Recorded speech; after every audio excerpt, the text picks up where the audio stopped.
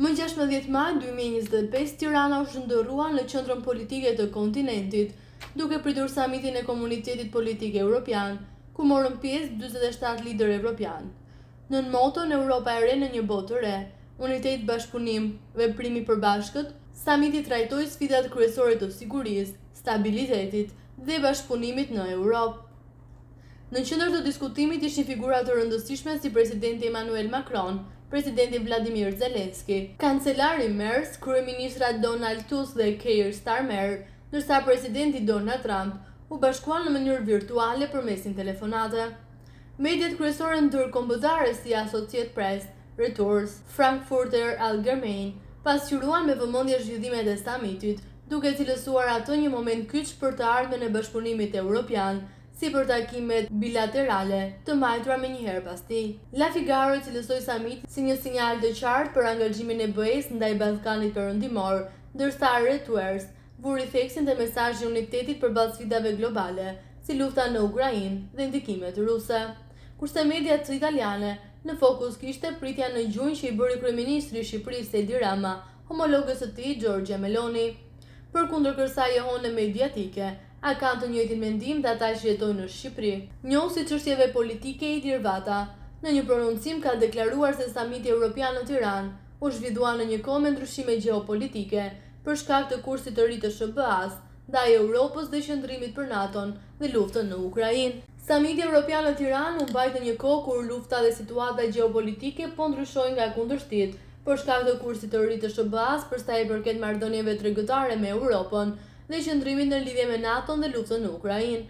Në samit morën pjesë dhe vendet të Ballkanit Perëndimor dhe më gjerë, pas ishte një samit që dhe vetë Turqia, e cila kishte një rol të rëndësishëm në rajonin tonë.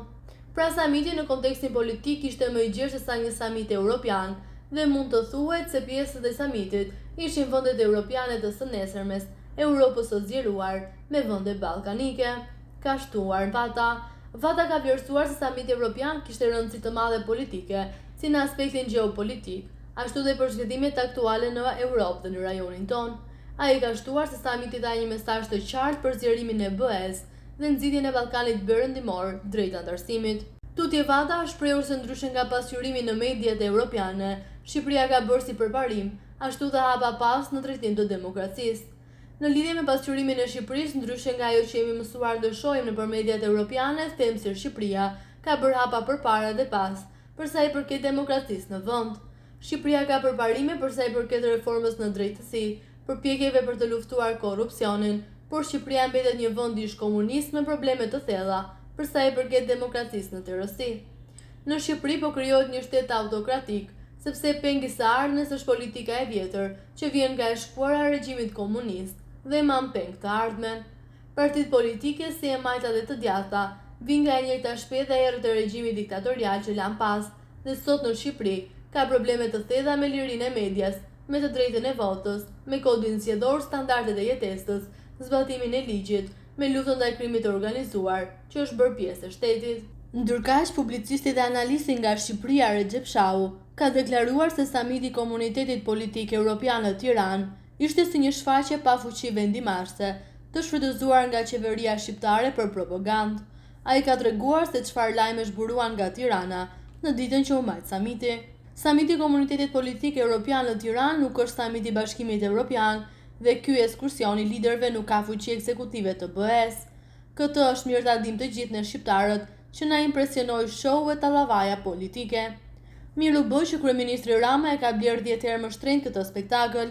U bë lajm Shqipëria, kjo është gjë e mirë. U zbë krimi e shëmtimi elektoral i qeverisë shqiptare që pati dorë të rëndë më shumë se duhej në grabitjen e votash dhe mandatesh. Ky është qëllimi i qeverisë në fund të fundit.